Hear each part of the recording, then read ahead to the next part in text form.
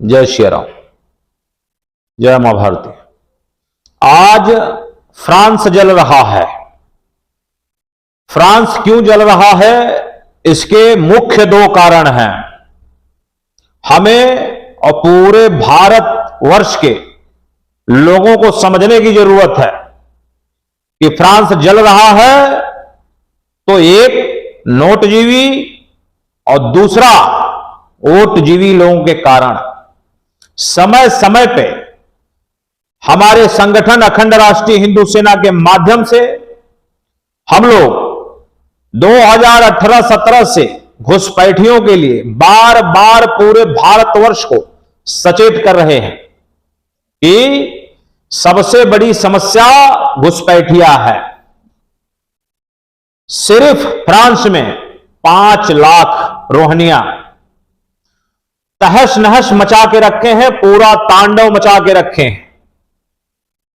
तो जरा ये सोचिए कि भारतवर्ष के लिए यहां पे रोहिंग्या कम से कम 5 से 7 करोड़ है, बांग्लादेशी 2-4 करोड़ है, ये 10 करोड़ बाहरी लोग आकर के यहां पे घात लगा के बैठे हुए हैं। चाहे उत्तराखंड का जमीन कब्जा ना हो, चाहे कहीं भी, हर प्रदेश में, हर स्टेट में ये बाहरी लोग आकर के कब्जा कर रहे हैं और इनका कोई अता पता लेने वाला नहीं है। जब दंगा होगा, जब कोई कांड होगा तो उसमें सरकार तो कम परेशान होती है, उसमें आम जनता परेशान होती है। तो सिर्फ सरकार का ही काम नहीं है इस विषय पे सोचने का, इस विषय पे आम जनमानस का भी दायित्व उतना ही बनता है कि मां भारती की सुरक्षा के लिए हम और आप कंधे से कंधा मिला करके साथ दें। और बाहरी लोगों पे कोई अगर कानून आता है, चाहे कोई दुर्विचार ये लोग करते हैं, तो उसका मुंहतोड़ जवाब दिया जाए।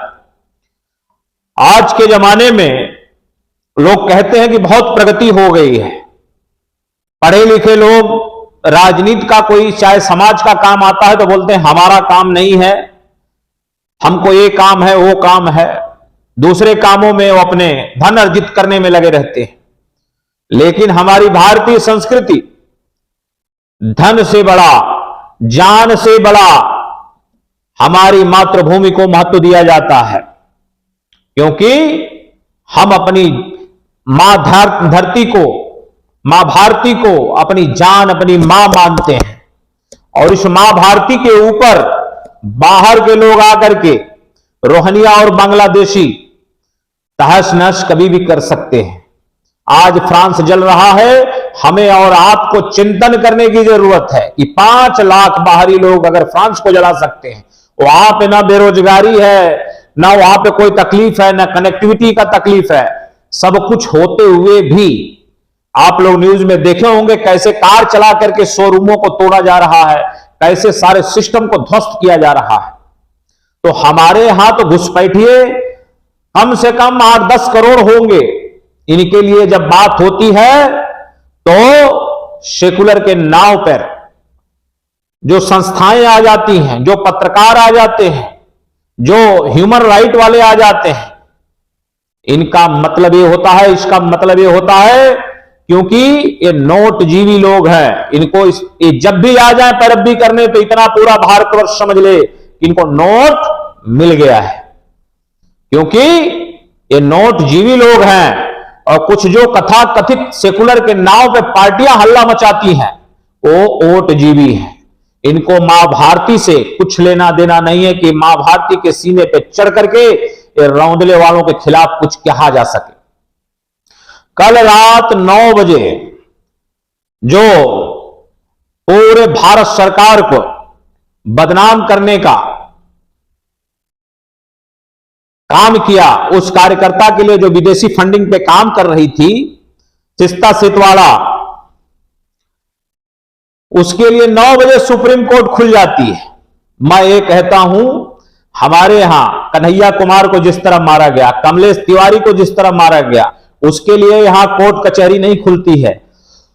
लेकिन अपराधी प्रवृत्ति के लोग जो देश के दुश्मन हैं, उनके लिए रात में भी यहां कोर्ट कचहरी खुलती है और उस पर बातें होती हैं और जो लोग वहां पैरवी करने जाते हैं, ये नोटजीवी लोग अपने आप को कथाकथित सेकुलर कहते हैं। आज पूरे भारतवर्ष को चिंतन करने की जरूरत है कि फ्रांस जल रहा है, इससे भी सबक सीख जाओ, नहीं तो आने वाला दिन तुम्हारे लिए, तुम्हारे बच्चों के लिए और सबके लिए काल बन करके मंडरा रहा है। सबको सोचने और समझने की जरूरत है कि आने वाला भविष्य कैसा चाहिए।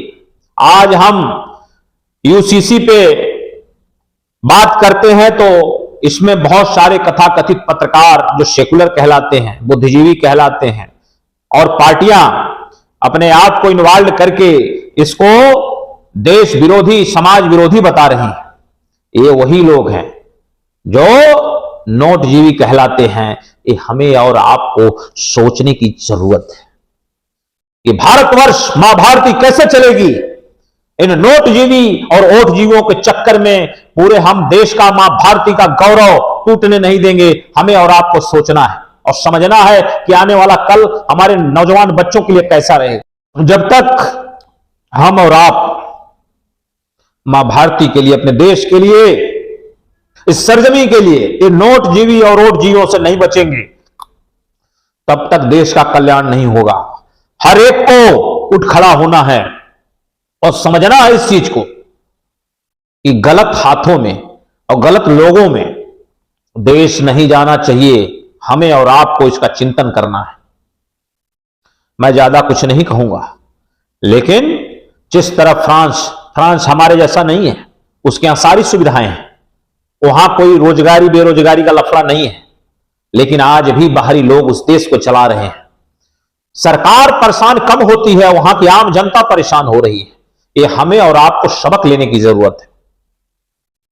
भारत में मैं बार बार कहता हूं कि सबसे बड़ी समस्या घुसपैठिया है। बाहरी लोगों के कारण इस देश को कभी भी ये घात लगाए बैठे हैं, कभी भी ये व्यवस्था को चल लचर कर सकते हैं, कानून को अपने हाथ में ले सकते हैं और हम आपस में ही लड़ते रह जाएंगे। ये देश का ताना बाना तहस नहस करने की चाह रखते हैं।